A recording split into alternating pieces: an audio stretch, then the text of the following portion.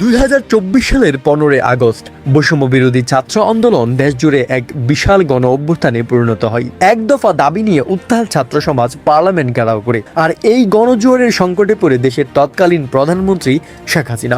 প্রবল চাপের মুখে শেখ হাসিনা অবশেষে পদত্যাগ করতে বাধ্য হন এবং নিজের পদত্যাগপত্র জমা দিয়ে ভারতে পলায়ন করেন। তার এই আকস্মিক পলায়ন দেশে এবং বিদেশে আলোড়ন সৃষ্টি করে।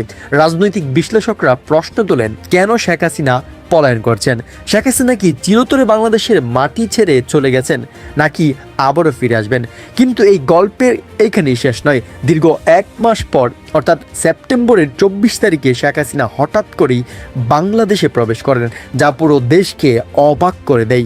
স্বৈরাচারী শাসকের এই প্রত্যাবর্তন নিয়ে নানা প্রশ্নের জন্ম হয়েছে। তিনি কেন ফিরলেন এদেশে, আর এই দেশে ফেরার তার পরিকল্পনাই বা কেন, আর এর পিছনে কি পরিকল্পনা তার? বাংলাদেশে এসে নতুন কি স্বৈরাচারী শাসন শুরু করবে শেখ হাসিনা? এই রহস্যময় প্রত্যাবর্তন দেশের রাজনৈতিক অঙ্গনে নতুন আলোড়নের সূত্রপাত করেছে। শেখ হাসিনার এই ফেরত আসা কি আবার নতুন করে কোনো সংকট সৃষ্টি করবে, নাকি এই দেশের রাজনৈতিক ভবিষ্যতে বড় কোনো পরিবর্তনের ইঙ্গিত?